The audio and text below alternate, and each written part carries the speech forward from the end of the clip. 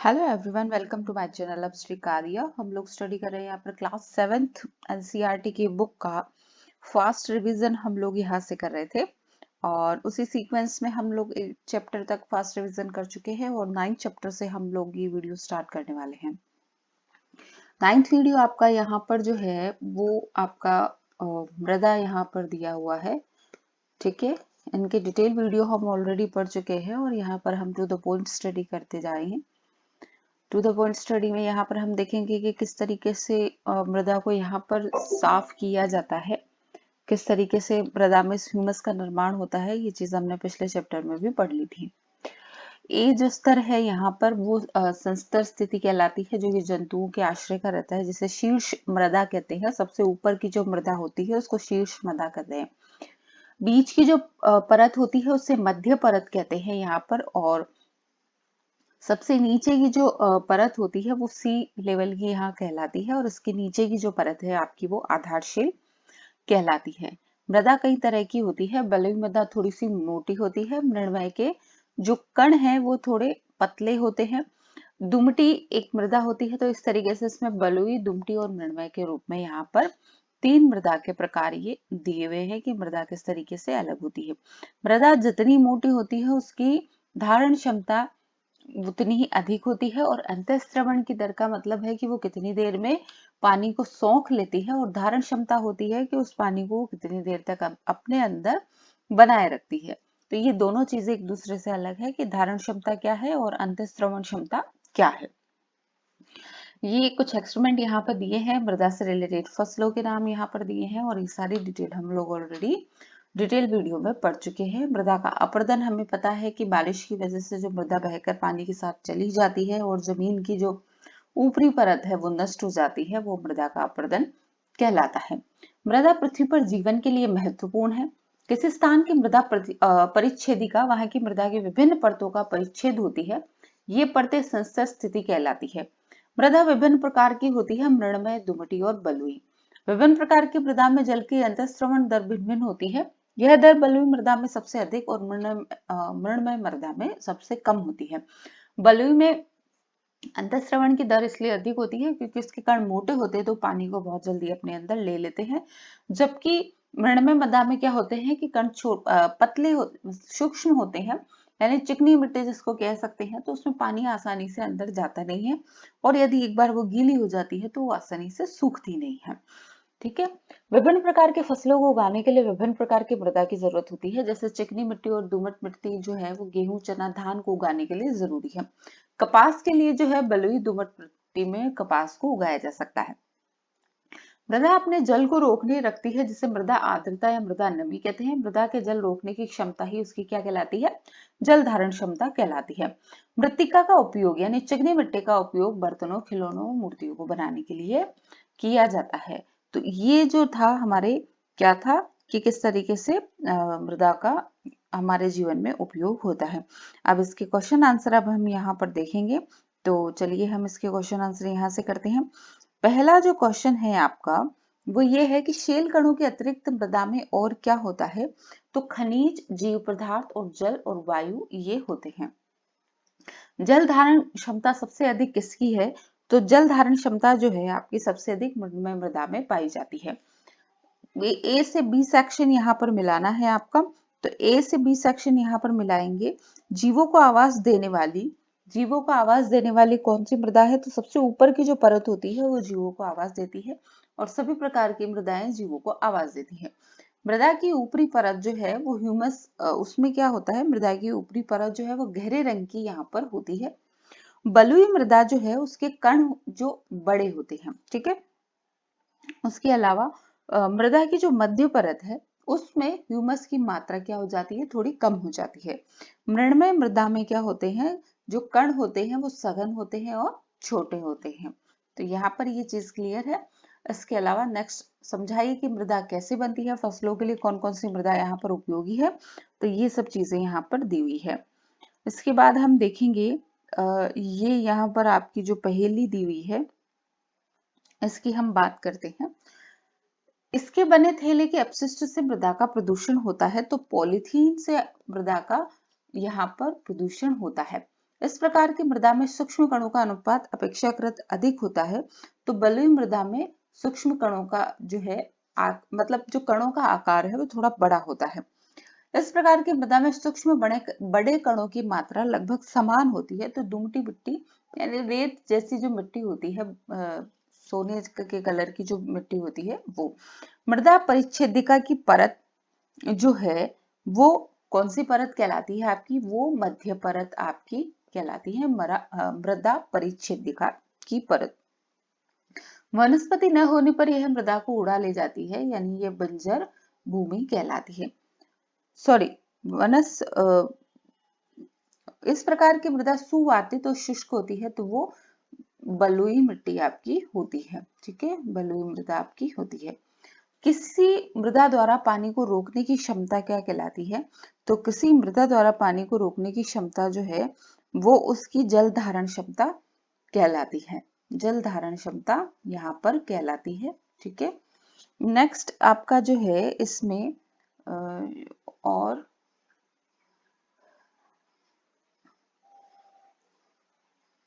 भूमि की ऊपरी परत जो पौधों को आधार प्रदान करती है वो क्या कहलाती है? वो ऊपरी परत जो है यहाँ पे मृदा जो ह्यूमस की बनी होती है, ह्यूमस की बनी होती है। पवन व प्रवाही जल के कारण मृदा पर क्या प्रभाव होता है? मृदा का अपरदन वहां पर हो जाता है। मृदा में जल के अवशोषण की प्रक्रिया क्या कहलाती है? मृदा की आर्द्रता कहलाती है। ठीक है, मृदा में जल अवशोषण की प्रक्रिया उसकी अंतःस्रवण की दर कहलाती है। अंतःस्रवण की दर कहलाती है। किसी स्थान की मृदा की काट परिच्छेदिका क्या कहलाती है? उसकी जो काट परिच्छेदिका उसके शीर्ष जो शीर्ष मृदा जिसे कहते हैं वो कहलाती है।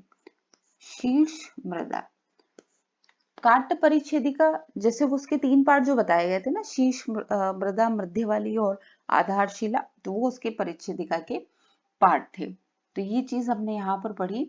इसके बाद में कुछ इंपॉर्टेंट यहाँ पर फैक्ट्स दिए हुए थे। नेक्स्ट आता है हमारा जीवों में श्वसन। तो जीवों में श्वसन किस प्रकार से होता है, ये हमने इस वाले टॉपिक में देखा था कि मानव शरीर किस प्रकार से श्वसन करता है। यहाँ पर ये चीज हमने डिटेल में देखी थी। तो सबसे पहले कोशिकीय श्वसन, क्योंकि क्या होता है जो भोजन बेसिकली यहाँ पर जो चीज शुरू हुई थी वो इस तरीके से हुई थी कि हम श्वसन क्यों करते हैं?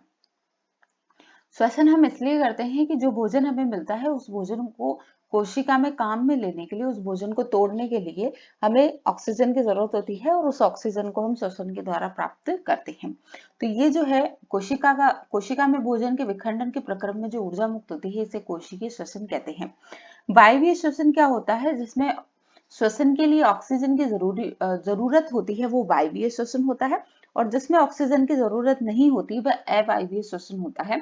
अवायवीय श्वसन के दौरान क्या होता है? अल्कोहल का निर्माण होता है प्लस ऊर्जा का निर्माण होता है, जबकि वायवीय श्वसन के दौरान कार्बन डाइऑक्साइड प्लस जल प्लस ऊर्जा का यहाँ पर निर्माण होता है। अवायवीय श्वसन ईस्ट जैसे है, कवक जैसे है, इन जंतुओं में होता है। ईस्ट की सहायता से अल्कोहल का निर्माण होता है और यहाँ पर ये बियर बनाने के काम में आता है। ग्लूकोज के विखंडन से अवायवीय श्वसन के दौरान पे अल्कोहल, कार्बन डाइऑक्साइड और ऊर्जा का यहाँ पर निर्माण होता है। हमारे शरीर में भी अवायवीय श्वसन होता है। जब हम बहुत अधिक एक्सरसाइज कर लेते हैं तो हमारे शरीर में लैक्टिक एसिड बनता है। यह लैक्टिक एसिड अवायवीय श्वसन के दौरान यहाँ पर बनता है। हमारी मांसपेशियों में अवायवीय श्वसन होता है जिससे लैक्टिक एसिड प्लस ऊर्जा मिलती है। उस ऊर्जा से हम एक्स्ट्रा एक्सरसाइज या एक्स्ट्रा काम करते हैं और ये लैक्टिक अम्ल जो बनता है ये हमारे शरीर में थकान हमको महसूस करवाता है। इसके बाद है श्वसन। श्वसन की हम बात करें तो श्वसन है बेसिकली क्या? आप सांस अंदर लेते हैं उसको अंतः श्वसन कहते हैं और सांस को बाहर छोड़ते हैं उसे उच्च श्वसन कहते हैं। एक बार का अंतः श्वसन प्लस एक बार का उच्च श्वसन मिलके आपका क्या बनाता है? एक सांस बनाता है। ठीक है, एक सांस में क्या होता है? एक अंतः श्वसन होता है और एक उच्च श्वसन होता है। आदमी 1 मिनट में जितनी बार सांस लेता है वो उसकी श्वसन दर कहलाती है। एक सामान्य जो औसत स्वस्थ व्यक्ति है वो 15 से 18 बार 1 मिनट में सांस लेता है, और अगर यदि आप कोई एक्स्ट्रा काम कर रहे हैं या एक्सरसाइज कर रहे हैं या हार्ड वर्क कर रहे हैं, आपकी सांस तेजी से चल रही है तो आपकी श्वसन दर 25 होती है। ध्यान रखें कि हार्ट बीट 72 होती है जबकि श्वसन दर आपकी कितनी है? 15 से 18 बार यहाँ पर दी हुई है। इसके बाद है हम श्वास कैसे लेते हैं। सबसे पहले नासा हुआ, जो हमारी नाक है उससे हम श्वास लेते हैं। वो श्वास हमारे फेफड़ों में जाती है। फेफड़े जो है वक्ष गुहा में स्थित होते हैं और वहां पर यहाँ पर हम देखेंगे यहाँ से सांस अंदर गई, ठीक है, नासा हुआ से सांस यहाँ पर अंदर गई। इसके बाद यहाँ पर ये जो है ये वक्षस्थल, ये हमारी पसलियां हैं और ये वक्षस्थल है जिसमें हमारे फेफड़े यहाँ पर सुरक्षित रहते हैं। फेफड़ों के नीचे यहाँ पर डायफ्राम होता है। जब हम सांस अंदर लेते हैं तो क्या होता है, ये पसलियां बाहर की ओर फैलती है और ये डायग्राम भी यहाँ नीचे की ओर डायफ्राम भी यहाँ पर नीचे की ओर फैलता है। तो इससे क्या है, हमारे फेफड़ों को फैलने के लिए जगह मिल जाती है। पुनः हम जब सांस को बाहर छोड़ते हैं, यानी उच्च श्वसन जब हम यहाँ पर करते हैं, तो उच्च श्वसन में क्या होता है कि ये फसलियां जो है वो अंदर की तरफ आती है और डायफ्राम जो है यहाँ से नीचे से, जो पहले नीचे गया था, वो अब ऊपर की तरफ आता है। ये क्वेश्चन एग्जाम में पूछा गया था कि जब सांस अंदर लेते हैं तब फसलियां कहाँ गति करती है, तो बाहर की तरफ और डायफ्राम नीचे की तरफ। जब हम सांस छोड़ते हैं तब फसलियां कैसे काम करती है, तो ये फसलियां अंदर की तरफ जाती है और जो डायफ्राम है वो डायफ्राम ऊपर की ओर यहाँ पर गति करता है। ये सांस लेते वक्त आप महसूस भी यहाँ पर कर सकते हैं। ये डायफ्राम की स्थिति दोनों कंडीशन में बताई गई थी।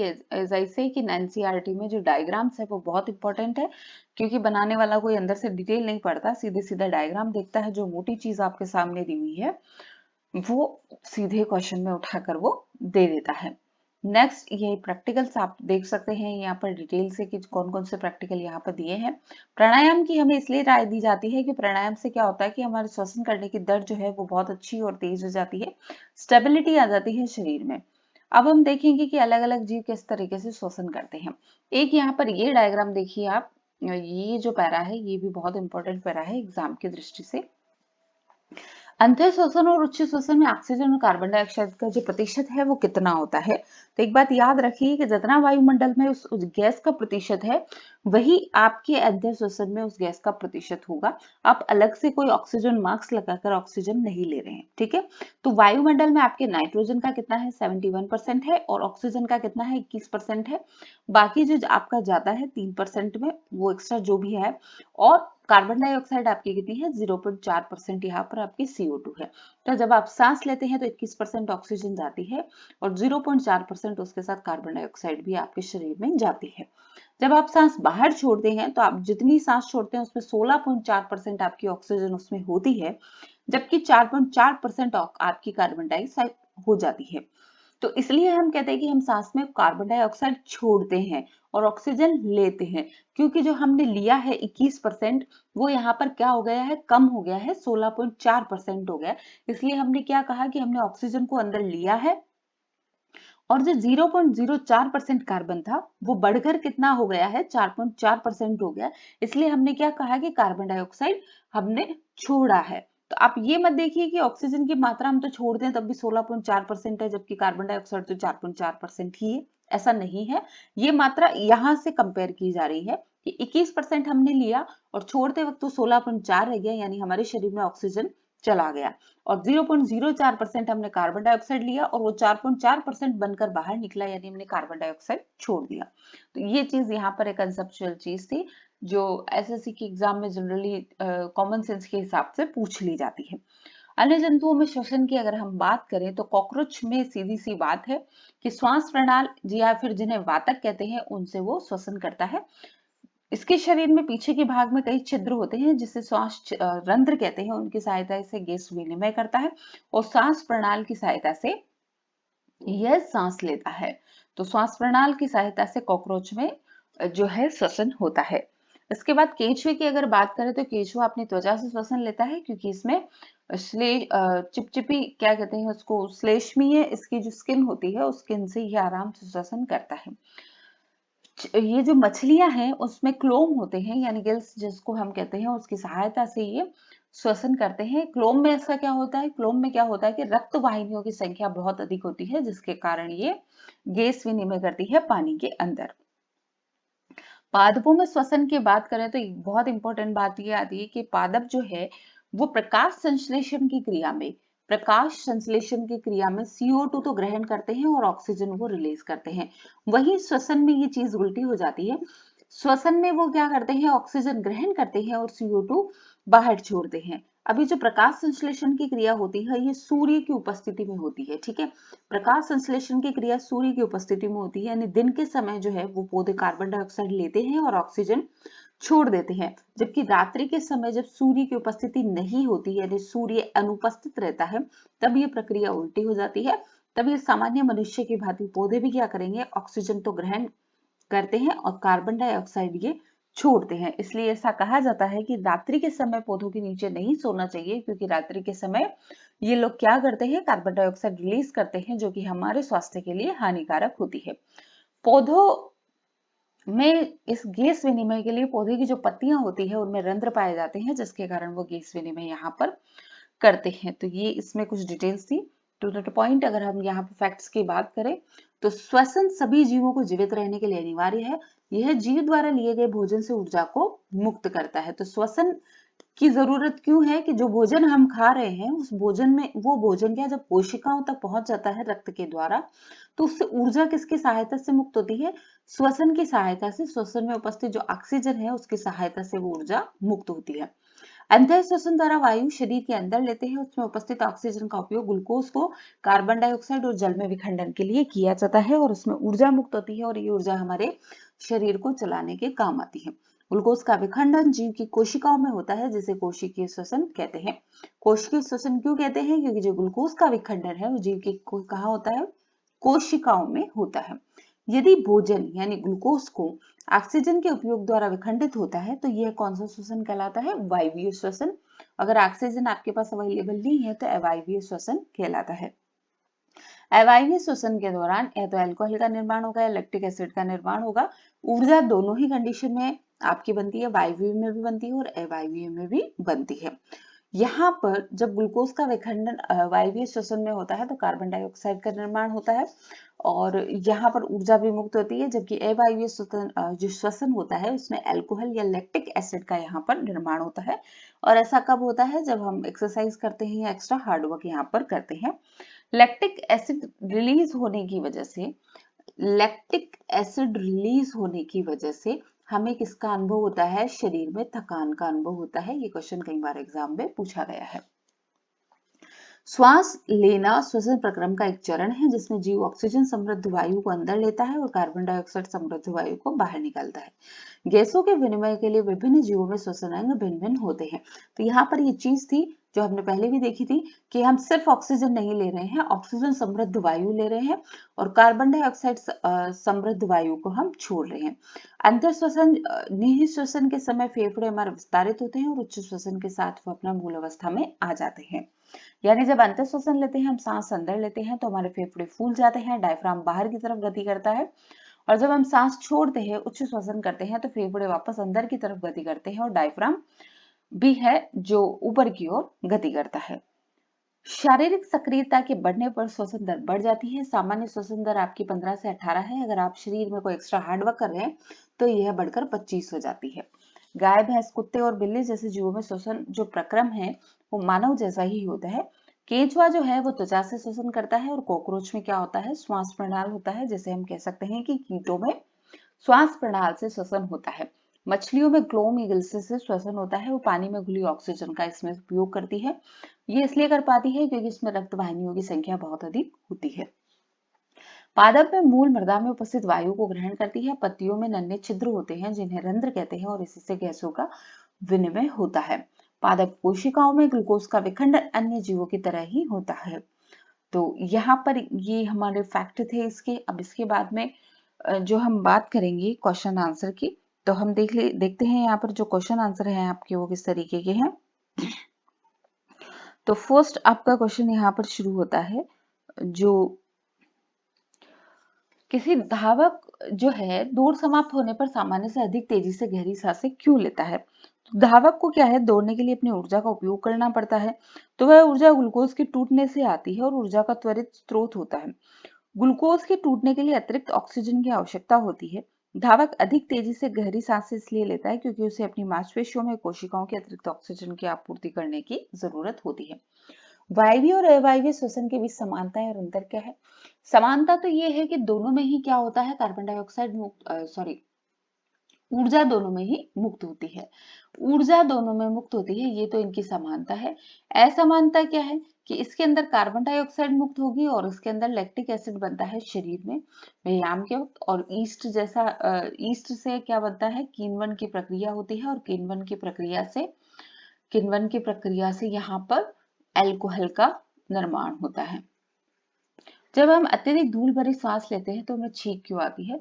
हमारे नाक के अंदर छोटे छोटे से बाल होते हैं, ठीक है, ये रोम होते हैं जो कि हमारे सांस के साथ में जो एक्स्ट्रा मिट्टी के कण हमारे सांस में चले जाते हैं उनको रोकने का काम करते हैं। कई बार यदि हम धूल भरी आंधी में सांस लेते हैं तो ये कणों से वो नहीं रुक पाते और वो अंदर हमारे नाक के अंदर चले जाते हैं, और यहाँ पर जब नाक के अंदर ये कण चले जाते हैं तो ये जो है छींक के द्वारा बाहर निकल जाते हैं। इसके बाद में यहाँ पर हम देखेंगे कि जो वायवीय श्वसन है वो हमारा क्या होता है, कोशिकीय श्वसन होता है, और ये हमारा संपन्न होता है यहाँ पर माइटोकॉन्ड्रिया में, जबकि अवायवीय श्वसन जो है कोशिका द्रव्य में ही संपन्न यहाँ पर होता है। ठीक, नेक्स्ट आपका यहाँ पर ये प्रैक्टिकल है। उसके बाद में तिलचट्टों के शरीर में वायु प्रवेश करती है किसके द्वारा, तो उनके अंदर जो होता है श्वास रंध्र वहां पर होते हैं, उसके द्वारा वो वायु उनके शरीर में प्रवेश करती है। अत्यधिक व्यायाम करने पर हमारी टांगों में जिस पदार्थ के संचरण के कारण ऐंठन हो जाती है, तो लैक्टिक अम्ल के कारण ऐंठन हो जाती है। इसके लिए हमें क्या करना चाहिए, गर्म पानी से पैरों को धोना चाहिए। किसी सामान्य वयस्क व्यक्ति की विश्राम अवस्था में श्वसन दर 15 से 18 होती है। अत्यधिक व्यायाम अगर करते हैं तो वो 25 हो जाती है। उच्च श्वसन के समय पसलियां कहाँ गति करेगी? उच्च श्वसन यानी आप गैस को जो हवा को है, सांस को बाहर निकाल रहे हैं, तो जो आपकी जो पसलियां हैं वो अंदर की तरफ गति करेगी, और जो डायफ्राम है आपका वो ऊपर की ओर गति करेगा। तो यहाँ पर हम देखेंगे बाहर की ओर, नीचे की ओर, ऊपर की ओर उच्च श्वसन में बिल्कुल गति नहीं करेगी। इसमें नीचे की ओर, वैसे अंदर की ओर लिखना चाहिए पर इसमें जो आंसर है वो नीचे की ओर गति करती है, ये आएगा। या फिर यहाँ पर अगर डायफ्राम लिखा होता तो उच्च श्वसन के समय ऊपर की ओर गति करना यहाँ पर आंसर दिया गया होता। नेक्स्ट आपका क्वेश्चन हम देखते हैं यहाँ पर। नेक्स्ट क्वेश्चन है आपका, इसमें क्वेश्चन में आपको मैच द फॉलो करना है। ईस्ट से किसका निर्माण होता है? ईस्ट से एल्कोहल का निर्माण होता है। डायफ्राम क्या करता है? डायफ्राम जो है आपका वो वक्ष गुहा में स्थित होता है। त्वचा से केंचुआ जो है वो श्वसन लेता है त्वचा से। पत्तियों में क्या होते हैं? रंध्र पाए जाते हैं, जिससे क्या है, गैस विनिमय यहाँ पर होता है। मछली अपने गिल्स से यहाँ पर यानी क्लोम से श्वसन लेती है। मेंढक जो है फेफड़े और त्वचा दोनों से ही श्वसन ले सकता है। ये एक इम्पॉर्टेंट यहाँ पर चीज हमें अलग से देखने को मिलती है। श्वास प्रणाली से कीट श्वसन लेते हैं। सत्य असत्य अब यहाँ पर हम पढ़ेंगे। अत्यधिक व्यायाम करते समय व्यक्ति की श्वसन दर धीमी हो जाती है, ये बात गलत है, श्वसन दर तेज हो जाती है। ठीक है। पादपों में प्रकाश संश्लेषण की क्रिया केवल दिन में जबकि श्वसन केवल रात्रि में होता है, ये बात बिल्कुल सत्य है। फिर इसके बाद में हम बात करते हैं यहाँ पर, मेंढक जो है वो अपनी त्वचा के अतिरिक्त फेफड़ों से भी श्वसन करते हैं, ये बात सही है। मछली में श्वसन के लिए फेफड़े होते हैं, गलत। मछली में श्वसन के लिए क्लोम होते हैं, तो ये चीज गलत है।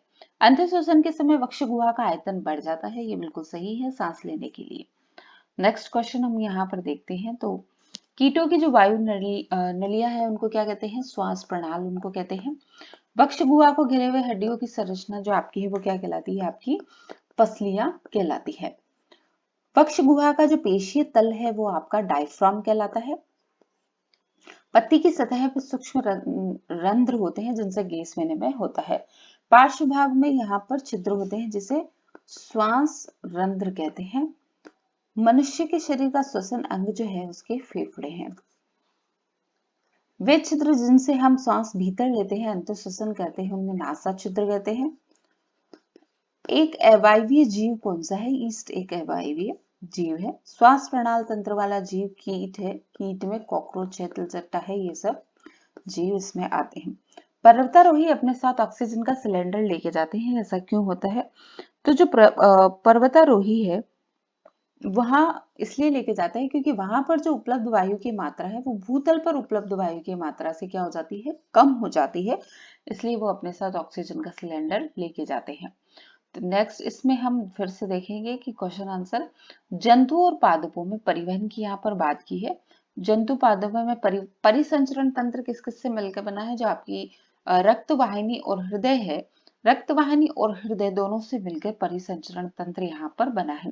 रक्त क्या होता है? एक तरीके का प्लाज्मा होता है रक्त, जिसमें विभिन्न प्रकार की कोशिकाएं यहाँ पर निलंबित होती है। आरबीसी में हीमोग्लोबिन होता है जिसके कारण रक्त का रंग लाल होता है। डब्ल्यूबीसी जो है हमारे रोगाणुओं से रक्षा करती है। उसके अलावा जो बिंबाणु है वो रक्त का थक्का बनाने के यहाँ पर काम में आता है। रक्त वाहिनियां दो प्रकार की होती है, एक तो शिराएं होती है और एक धमनी होती है। धमनियां जो है वो ऑक्सीजन समृद्ध रक्त यानी शुद्ध रक्त को ले जाने का काम करती है। ये थोड़ी मोटी होती है और इनकी दीवारें प्रत्यास्थ होती है। जबकि शिराएं जो होती है वो क्या करती है? अशुद्ध रक्त यानी कार्बन डाइऑक्साइड से समृद्ध रक्त को ले जाने का काम करती है। और शिराएं क्या होती है? थोड़ी सी पतली होती है, ठीक है। और इनमें वाल्व लगे होते हैं जो सिर्फ एक ही तरफ रक्त का प्रवाह करते हैं। स्पंदन दर यानी शरीर जो हमारा हृदय है वो 1 मिनट में कितनी बार धड़कता है? 72 से 80 बार वो धड़कता है। ये हमारे स्पंदन की दर कहलाती है। रक्त वाहिनी को आपस में कौन जोड़ता है? तो केशिकाएं जो है वो रक्त वाहिनियों को आपस में जोड़ती है। फुफ्फुस धमनी एक ऐसी धमनी है जिसमें अशुद्ध रक्त बहता है। और फुफ्फुस शिरा एक ऐसी शिरा है जहां पर शुद्ध रक्त बहता है। ये चीज यहाँ पर एक्स्ट्रा याद करने की है। रक्तदान हम कर सकते हैं क्योंकि हर 3 महीने में हमारे आरबीसी का पुनर्निर्माण होता है। 3 महीने बाद आरबीसी यानी रेड ब्लड सेल जो है हमारी वो खुद ही खत्म हो जाती है। हमारा हृदय किस तरीके से काम करता है? तो वो पंप की गति पर काम करता है, ठीक है। हमारे हृदय में 4 प्रकोष्ठ होते हैं, 2 आलिंद होते हैं और 2 निलय होते हैं। यहाँ पर हृदय की स्ट्रक्चर दी है जिसमें 2 आलिंद, दायां आलिंद, बायां आलिंद, दायां निलय और बायां निलय यहाँ पर दिया है। कक्षों के बीच में विभाजन की एक ही दीवार होती है जो कि दोनों शुद्ध और अशुद्ध रक्त को मिलने नहीं देती। इसके बाद में हृदय स्पंदन हम किससे सुनते हैं? तो यंत्र का नाम है स्टेथोस्कोप। स्टेथोस्कोप से हम हृदय की स्पंदन यहाँ पर सुन सकते हैं। स्टेथोस्कोप बनाना यहाँ पर सिखाया गया है। हाइड्रा किससे हाइड्रा अपना जो मतलब परिसंचरण तंत्र इनमें किस तरीके का होता है? तो इन लोगों में क्या है, जो एक कोशिकीय जीव है उनमें कोई रक्त परिसंचरण यहाँ पर नहीं होता है। ये सीधे ही पानी में से गैस विनिमय के द्वारा अपना काम चलाते हैं। जंतुओं में उत्सर्जन के लिए सबसे इंपॉर्टेंट पार्ट कौन सा है? उत्सर्जन तंत्र। अपशिष्ट पदार्थ को हमारे शरीर को बाहर निकालने के लिए जो जो भी इसमें चीजें ऐड होती है वो आपकी उत्सर्जन तंत्र कहलाती है।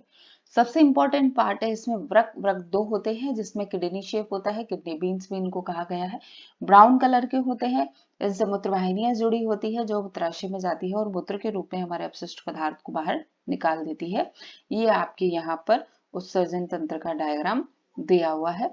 ये दोनों वृक्क है। यहाँ पर मूत्र वाहिनियों से वृक्क जुड़ा हुआ है, मूत्राशय में मूत्र इकट्ठा होकर मूत्र मार्ग से बाहर निकल जाता है। इसके अलावा पसीने के रूप में भी हमारा अपशिष्ट जो पदार्थ है वो बाहर निकलते हैं। 24 घंटे में 1 से 1.5 लीटर आदमी मूत्र का त्याग करता है और इस मूत्र में 95% जल होता है, 2.5% यूरिया और 2.5% अन्य अपशिष्ट पदार्थ होते हैं। तो आप ये नहीं कह सकते कि आपका जो मूत्र है वो उसमें सिर्फ यूरिया होता है, ऐसा नहीं है। उसमें 95% जल होता है, 2.5% ही आपका सिर्फ यूरिया होता है।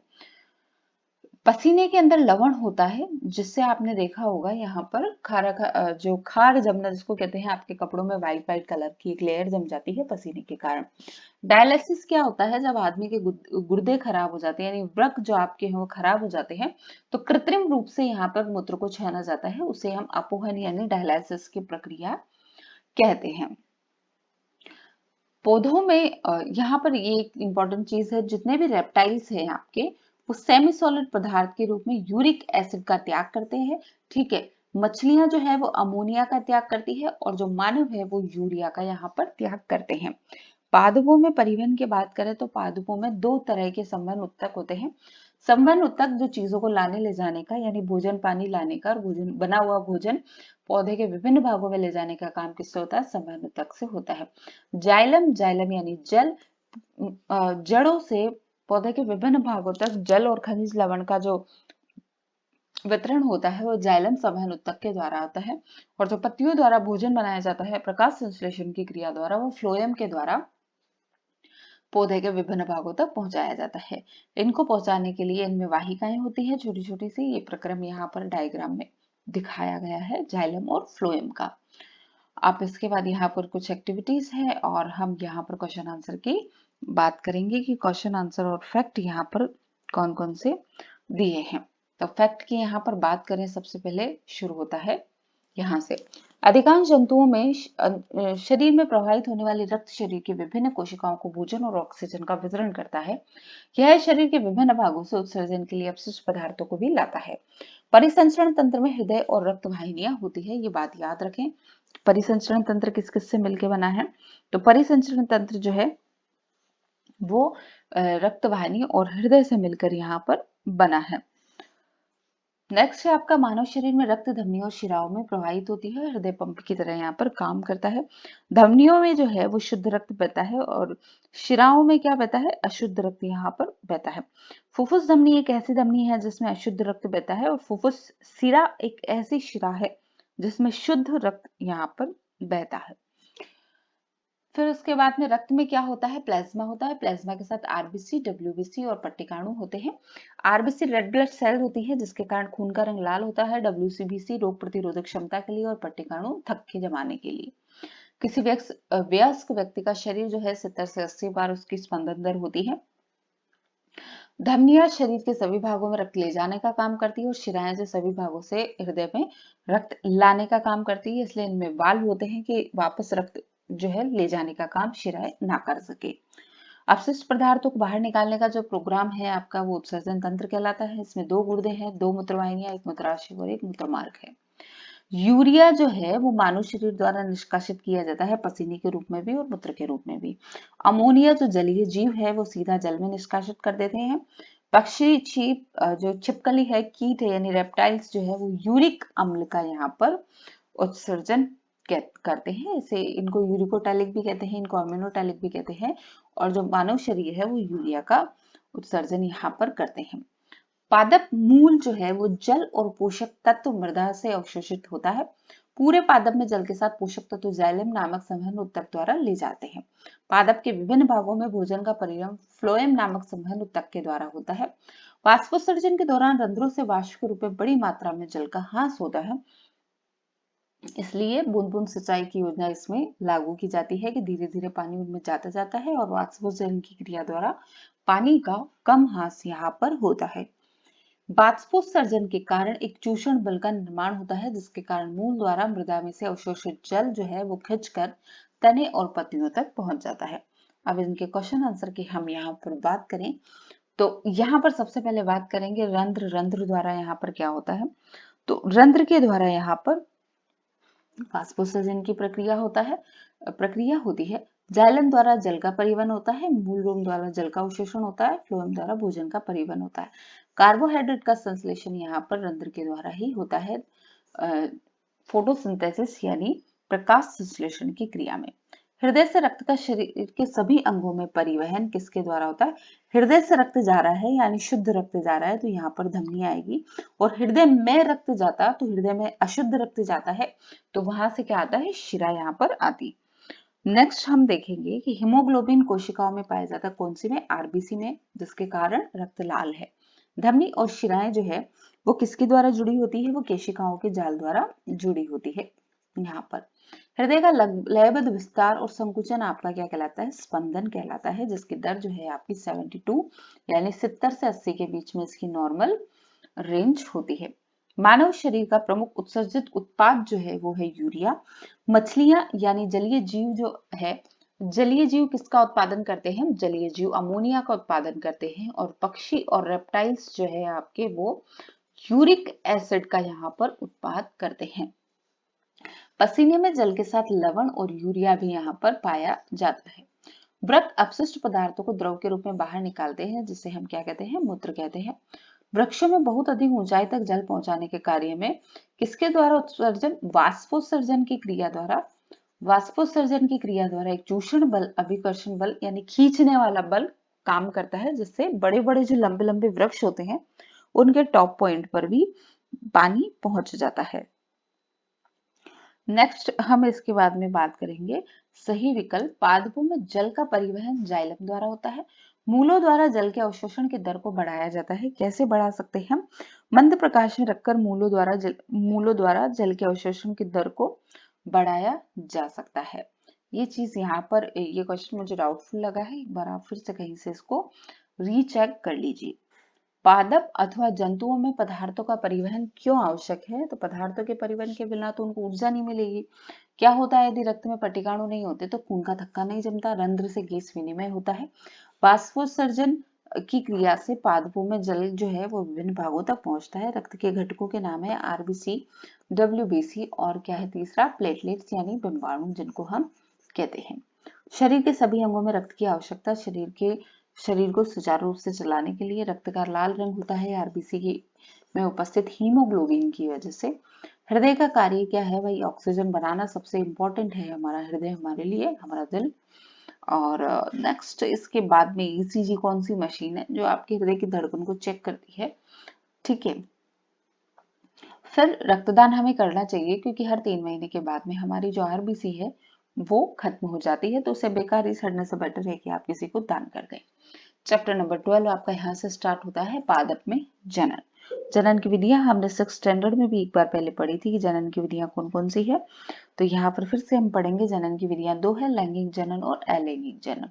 सबसे पहले यहाँ पर कायिक जनन आ गया है, यानी पादपों के किसी भी पार्ट से एक और पादप को उगाना, जैसे कि उसकी तने से एक और पौधे का, या पत्ती से या मूल से या किसी भी पार्ट से और पादप को उगाना, कायिक अंग। अब कायिक अंग कौन कौन से हैं? या तो उसकी मूल से एक और पादप तैयार किए, तना और पत्ते, बीज नहीं है। बीज से अगर पादप उत्पन्न होता है वो एक अलग प्रोसेस आता है। अपने ही जैसे पादप या पादप का निर्माण करना आपका जनन कहलाता है। और पादप में जो लैंगिक अंग है यानी जनन अंग जो है वो केवल कौन सा है? उसका पुष्प है। ये क्वेश्चन बहुत इंपॉर्टेंट है यहाँ से।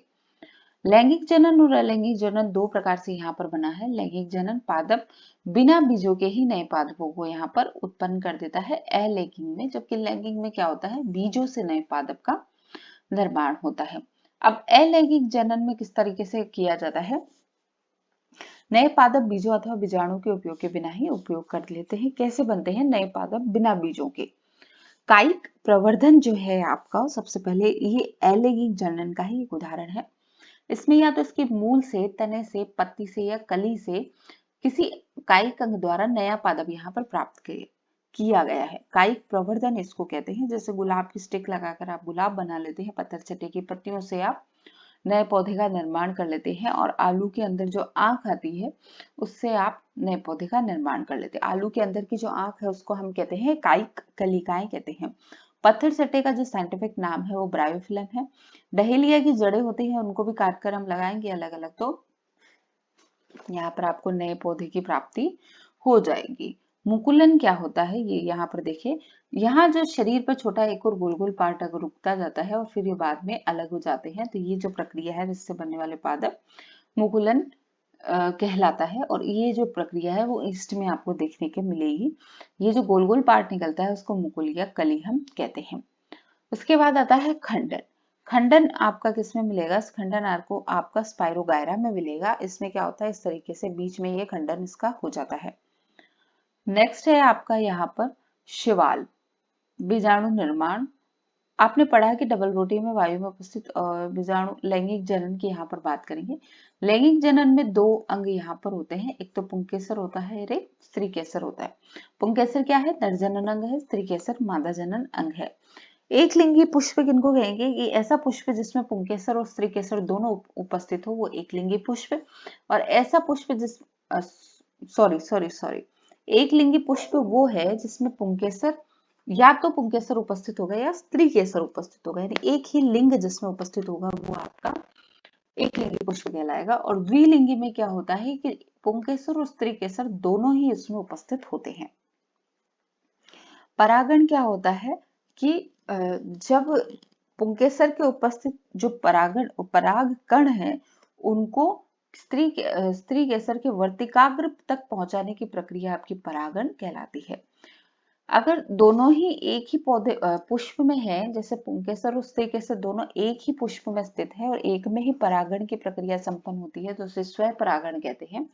यदि किसी अन्य पुष्प के ऊपर जाकर ये प्रक्रिया संपन्न होती है तो उसे पर परागण कहते हैं। युग्मक लैंगिक जनन में नर और मादा युग्मकों के युग्मन से युग्मनज का निर्माण यहाँ पर होता है।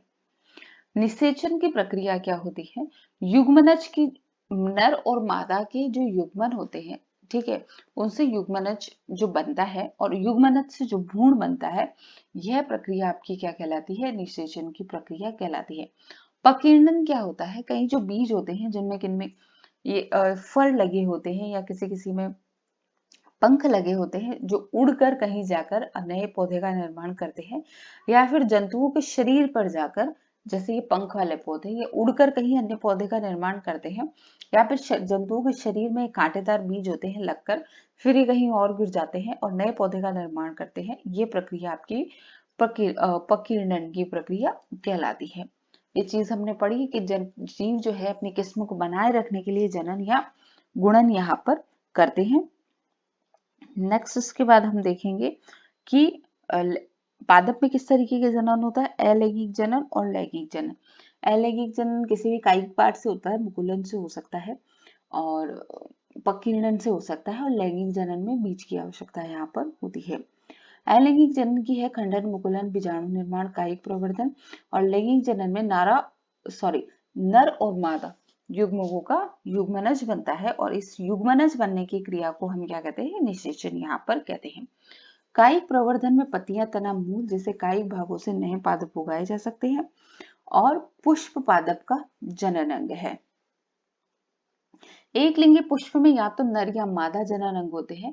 द्विलिंगी पुष्प में क्या होता है? नर मादा दोनों ही एक ही पुष्प में पाए जाते हैं। नर युग्मक जो है वो पराग कणों के अंदर और मादा युग्मक जो है वो बीजांड में पाया जाता है। ये इंपॉर्टेंट आपकी लाइन है। नर युग्मक पराग कणों के अंदर और मादा युग्मक जो है वो बीजांड में पाया जाता है। किसी पुष्प के परागकोश से उसी पुष्प अथवा किसी अन्य पुष्प के वर्तिकाग्र तक पराग कणों के स्थानांतरण का प्रक्रम जो है परागण कहलाता है। परागण दो प्रकार से होता है कि एक ही पुष्प में अगर ये संपन्न हो तो स्व परागण, दो पुष्प के मध्य संपन्न हो तो पर परागण। परागण जो है वो पवन, जल और कीटों के द्वारा संपन्न होता है। नर और मादा युग्मकों का युग्मन जो है यानी मिलना निषेचन कहलाता है। निषेचन अंड युग्मनज कहलाता है और युग्मनज का जो विकास है वो भ्रूण में होता है।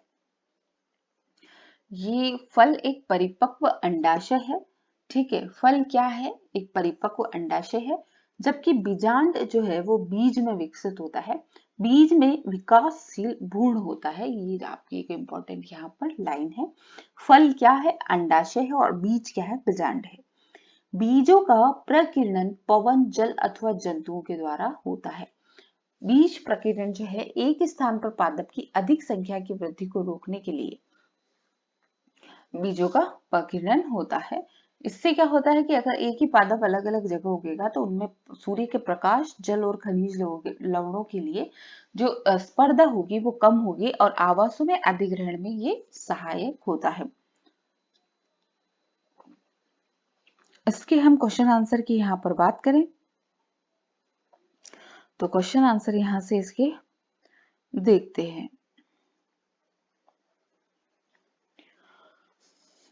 जनक पादप के कायिक भागों से नए पादप के उत्पादन का प्रक्रम क्या कहलाता है? उसको हम कहते हैं कायिक प्रवर्धन। इसको हम कहते हैं, क्या कहते हैं? कायिक प्रवर्धन कहते हैं। ऐसे पुष्पों को जिनमें केवल नर अथवा मादा जनन होता है उनको एक लिंगी कहते हैं और जिनमें दोनों चीज उपस्थित होते हैं उनको द्विलिंगी कहते हैं। पराग कणों का उसी अथवा उसी प्रकार के अन्य पुष्प के पराग कोश से वर्तिकाग्र का स्थानांतरण का प्रक्रम परागण कहलाता है। परागण की प्रक्रिया कहलाती है। खुद का खुद में ही हो यानी एक ही पौधे में हो तो स्व परागण और अन्य में हो तो पर परागण कहलाता है। नर और मादा युग्मकों का युग्मन क्या कहलाता है? निषेचन यहाँ पर कहलाता है। बीज प्रकीर्णन हवा द्वारा, जल द्वारा और किसके द्वारा? हवा, जल और जो है जंतुओं द्वारा, ठीक है, जंतुओं के शरीर पर लगकर उसके द्वारा होता है। लिंगिंग की प्रक्रिया, उसके बाद में यहाँ पर मल्टीपल चॉइस के क्वेश्चंस वो इसमें दिए होंगे। हम लोग पहले ये देखते हैं, कॉलम मैच करना यहाँ पर देख लेते हैं। कॉलम मैच करना, कली जो है वो किस में दिखेगी आपको? कली आपको दिखेगी, कली या मुकुल जो है आपको ईस्ट में नजर आएगा। आंख आपको आलू में नजर आएगी। खंडन की प्रक्रिया स्पाइरोगायरा में होती है। पंख आपको किसमें दिखेंगे? मैपिल्स में दिखेंगे। मैपिल वाले बीज जो होते हैं उनमें पंख दिखेंगे। बीजाणु आपके किसमें मिलेंगे? डबल रोटी में यहाँ पर मिलेंगे। गुलाब में क्या होता है? कायिक प्रवर्धन होता है। गुलाब में उसकी डंडी से, उसके स्टिक से हम नए गुलाब का पौधा उत्पन्न कर सकते हैं। पादप का जनन भाग कौन सा होता है? तो पुष्प पादप का जनन भाग होता है। नर और मादा युग्मक के युग्मन का प्रक्रम कहलाता है। नर और मादा के युग्मक का प्रक्रम निषेचन यहाँ पर कहलाता है। परिपक्व होने पर अंडाशय किसमें विकसित होता है? तो फल में होता है। और बीज क्या होता है? बीजांड जो होता है वो आपका बीज में विकसित होता है। बीजाणु उत्पन्न करने वाला एक पादप कौन सा है? तो बीजाणु उत्पन्न करने वाला जो आपका पादप जो है आपका, वो है डबल रोटी का जो फफूंद है आपकी, वो बीजाणु की है, ठीक है। इसमें गुलाब में स्टिक लग रही है, आलू में आंख लगती है और अदरक में भी आंख या नेत्र जिसको हम कहते हैं। ब्रायोफिल्म क्या होता है? पत्थर चट्टा जिसकी पत्ती से आप नए पौधे का निर्माण यहाँ पर कर सकते हैं। नेक्स्ट आप इसके बाद में आता है आपका चैप्टर नंबर 13, यहाँ पर आता है फिजिक्स का। फर्स्ट रिवीजन में भी हम लोग कोशिश करेंगे कि 2 ही वीडियो में ये चीज खत्म हो जाए। तो चैप्टर 13 में क्या है? गति और समय है। गति तेज है या धीमी है, ये हम किससे, कोई चीज मंद है या तेज है, ये चीज हमें किससे पता चलती है? उसकी गति से हमें पता चलती है। चाल के लिए एक बेस्ट फॉर्मूला पूरी जो चैप्टर है उसमें दिया है, चाल बराबर दूरी बटे हुए समय, और इसी से आपके क्वेश्चन आंसर यहाँ पर सॉल्व होते हैं। चाल क्या है? एकांक समय में तय की गई दूरी, यानी यहाँ पर अगर 1 रख दिया जाए तो जितनी दूरी हमने तय की गई वो आपकी क्या कहलाएगी? चाल कहलाएगी। चाल अगर समय के साथ परिवर्तित नहीं होती है तो वह समान चाल कहलाती है, और चाल अगर समय के साथ परिवर्तित होती है तो वो असमान चाल कहलाती है। एक समान चाल में जो चाल है आपकी वो नियत रहती है। समय की माप हम घड़ी के द्वारा करते हैं, घंटे, मिनट, सेकंड के द्वारा हम समय की माप करते हैं। सरल लोलक जो है वो सरल आवर्त गति करता है। सरल लोलक में यहाँ इस तरीके से एक जो रस्सी या धागा होता है उससे एक लोलक लटका होता है जो फिक्स 2 बिंदुओं के बीच में गति करता है, बार बार आवर्त गति ये करता है। आवर्त काल क्या होता है? टी बराबर होता है जितना समय हम उन्होंने दोलन में लिया, यानी यहाँ पर 20 दोलन में जितना समय लिया गया है 20 सेकंड अगर मानकर हम चले तो इसका आवर्तकाल कितना हो गया? 1 सेकंड इसका आवर्तकाल हो गया। तो आवर्तकाल कुछ इस तरीके से निकालते हैं। दोलन क्या होता है या आवर्त क्या होता है? जो प्रारंभिक बिंदु है आपका, जैसे ये यहाँ से शुरू हुआ फिर यहाँ तक गया, ये इसकी मध्य स्थिति कहलाएगी, ठीक है। आपने प्रारंभिक बिंदु कौन सा माना है? सबसे बड़ी बात तो है, अगर आपने प्रारंभिक बिंदु ए लिया है तो ये इसका प्रारंभिक बिंदु कहलाएगा, ये इसकी माध्य स्थिति कहलाएगी और इसका अंतिम बिंदु कहलाएगा, ठीक है। अभी पुनः वापस एक इस पर आ जाएगा, यहां से घूम के यहाँ पर आ जाएगा, तो ये जो पूरा है आपका ये क्या कहलाएगा? एक दोलन ये कहलाएगा। इसके बाद इसमें है जो पूछा गया था क्वेश्चन, वो यहाँ पर यूनिट के लिए पूछा गया था। समय का यूनिट जो है वो सेकंड है, ना मिनट है ना घंटा है, ठीक है। ये मात्रक है, इसके बड़े मात्रक है, पर ऐसा यूनिट जो है समय की वो सेकंड है। वहीं चाल की ऐसा यूनिट मीटर पर सेकंड है यहाँ पर, ठीक है। मात्रक इसकी किलोमीटर प्रति घंटा और मीटर पर मिनट भी है, दोनों चीज है, पर जो ऐसा यूनिट आपकी है, स्टैंडर्ड यूनिट आपकी जो है वो है मीटर पर सेकंड यहाँ पर है। जब भी आप न्यूमेरिकल सोल्व करें तो इसमें सबसे इंपॉर्टेंट चीज ये है कि यूनिट आप चेक कर लीजिए कि चाल अगर किलोमीटर प्रति घंटे में दी गई है तो समय भी आपका घंटे में आएगा, और यदि समय आपको मिनट में दिया है तो चाल भी आपको मिनट में कन्वर्ट करनी है। समय आपको अगर सेकंड में दिया है तो चाल भी आपको सेकंड में ही कन्वर्ट यहाँ पर करनी है। तो न्यूमेरिकल सॉल्व करते वक्त इस चैप्टर में सबसे बड़ी बात जो है यहाँ पर चाल को चेंज करने की, सॉरी यूनिट चेंज करने की, तो इस चीज को आप बिल्कुल ध्यान में रखें। नेक्स्ट इसके बाद में आप यहाँ पर देखेंगे कि जो है ओडोमीटर और स्पीडोमीटर। स्पीडोमीटर क्या है कि आपकी चाल को नापता है, ठीक है, और ओडोमीटर आपकी दूरी को नापता है। ये चीज आप बिल्कुल ध्यान में रखें। स्पीडोमीटर आपकी स्पीड को नापेगा कि किस स्पीड से आप चल रहे हैं, यहाँ पर ये डायग्राम में दिया है। स्पीडोमीटर आपकी स्पीड को नापेगा यानी चाल को नापेगा, और ओडोमीटर जो है आपको कि आपकी गाड़ी कितनी चली, इसको पथमापी भी कहते हैं। ओडोमीटर आपकी दूरी को नापेगा और स्पीडोमीटर आपकी चाल को नापेगा। दोनों क्वेश्चन एग्जाम में कई बार पूछे गए हैं। नेक्स्ट आपके डायग्राम है जो मैथ से रिलेटेड है। इस तरह के जो डायग्राम होते हैं वो आयताकार डायग्राम कहलाते हैं, ठीक है। इसमें आयताकार बॉक्स बनाकर यहाँ पर हम ग्राफ पेपर पर देते हैं। इस तरीके के जो डायग्राम है आपके ये पाई चार्ट कहलाते हैं, यानी वृत्ताकार डायग्राम आपके कहलाते हैं। और इस तरीके के जो डायग्राम है आपके वो बिंदु रेखा डायग्राम कहलाते हैं, यानी बिंदुओं से आप डॉट डॉट मिलाकर ग्राफ बनाते हैं। एक ग्राफ में जो एक छोटा डिब्बा होता है वो 1 सेंटीमीटर का होता है, यानी एक जो छोटे छोटे बॉक्स यहाँ पर बने हैं, तो ये जो एक बॉक्स है ये 1 सेंटीमीटर चौड़ा और 1 सेंटीमीटर ही लंबा यहाँ पर है। तो जब हम पैमाना लेते हैं तो हम ये लेते हैं कि 1 सेंटीमीटर बराबर हमने क्या लिया है। किसी भी ग्राफ को बनाने के लिए पैमाना बिल्कुल जरूरी है। बिना पैमाने के ग्राफ अगर आप बनाते हैं तो वो ग्राफ आपका यूजफुल नहीं है, या इसको कहेंगे कि हम मान्य नहीं है। इसके अलावा आपको कन्वर्ट करना आना चाहिए कि 1 किलोमीटर में कितने, यहाँ पर हम देखेंगे कि 1 किलोमीटर में कितने मीटर होते हैं, तो 1000 मीटर होते हैं। 1 मीटर में कितने सेंटीमीटर होते हैं, तो 100 सेंटीमीटर होते हैं। ये चीज तो आपको याद रखनी ही है। दूसरा, जब आप चाल और गति के सवाल यहाँ पर सॉल्व करते हैं तो आपको घंटे मिनट में चेंज करना आना चाहिए। यहाँ पर हम नेक्स्ट पेज में देखेंगे कि सिंपली हमें पता है कि 1 घंटे में कितने मिनट होते हैं, 60 मिनट होते हैं। 1 मिनट में कितने सेकंड होते हैं, 60 सेकंड होते हैं। यहाँ तक ही हमें चाहिए होता है। अब उल्टा ये वाली चीज तो बड़ी आसानी से हो जाती है। जब उल्टा करना होता है कि जैसे 1 घंटे को मिनट में चेंज करना है तो हम क्या करेंगे, उससे 60 से गुणा कर देंगे। वही 1 मिनट को अगर घंटे में चेंज करना है तब हम क्या करेंगे, तो उसे हम क्या करेंगे, बहुत सिंपल है, 1/60 से गुणा कर देंगे, ठीक है।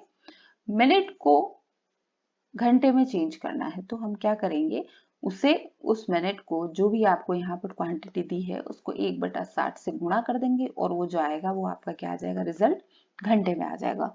यही चीज हम सेकंड में करेंगे कि जब आपको एक जो सेकंड है उसको अगर मिनट में चेंज करना है, मिनट में, ठीक है, घंटे की बात नहीं करी, मिनट में अगर चेंज करना है तो उसे हम 1/60 से गुणा करेंगे, तो वो चीज हमारी किस में आ जाएगी, मिनट में यहाँ पर आ जाएगी। ये कैलकुलेशन आपको दोनों ही याद होनी चाहिए यहाँ पर न्यूमेरिकल सॉल्व करने के लिए। अब यहाँ से हम क्वेश्चन आंसर पे इसके आ जाते हैं। ये चीज हमने देखी कि एकांक समय में यदि कोई दूरी तय करती है तो उसको चाल कहते हैं। चाल ये हमारे निर्णय में सहायता करता है कि कौन सा दूर है कौन सा पास है। मीटर पर सेकंड इसका यूनिट है, और लोलक की आवर्त गति का उपयोग घड़ियां बनाने में किया जाता है। वस्तु की गति को उनको दूरी समय ग्राफ से भी तय करते हैं। यदि नियत चाल से कोई वस्तु गति कर रही है तो उसकी जो समय दूरी समय का जो ग्राफ है वो एक सरल रेखा होगा। ये एक इम्पोर्टेंट फैक्ट यहाँ पर हमारे सामने आता है। दौड़ते समय आपके हाथों की चाल आवर्त गति कहलाएगी।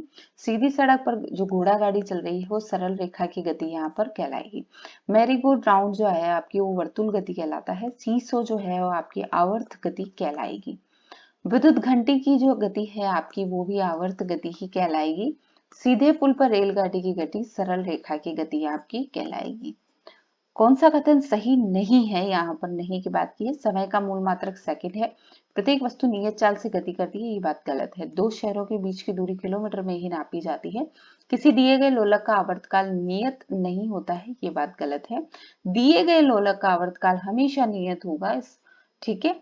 रेलगाड़ी की जो चाल है वो मीटर प्रति घंटे में व्यक्त की जाती है, मीटर प्रति घंटे में नहीं की जाती भाई, किलोमीटर प्रति घंटे में यहाँ पर की जाती है, ठीक है।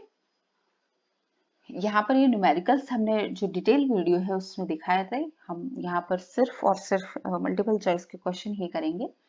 कौन सा संबंध सही है, चाल बराबर दूरी बटे हुए समय होता है, और इन्हीं संबंधों को हम फेरबदल करके पढ़ सकते हैं। चाल का मूल मात्रा क्या है, मीटर पर सेकंड है, और इसके अलावा ये न्यूमेरिकल मैंने आपकी डिटेल वीडियो में करवाया हुआ है। यहाँ पर हम देखेंगे कि कौन सा जो ग्राफ है आपका उसमें चाल नियत उसकी नहीं है। तो यहाँ पर हम देखेंगे ये जो ग्राफ है आपका ये असमान चाल का ग्राफ है, और जबकि ये जो ग्राफ है आपका वो समान चाल या नियत चाल का ग्राफ है।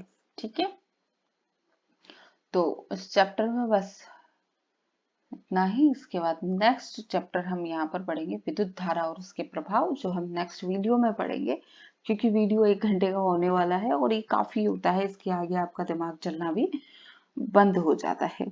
और यहाँ जो स्पीड से पढ़ने की बात यहाँ पर आ रही है वो इसलिए आ रही है कि जितना हम स्पीड से कंसंट्रेशन से पढ़ेंगे, ये वीडियो है फास्ट रिवीजन के हिसाब से।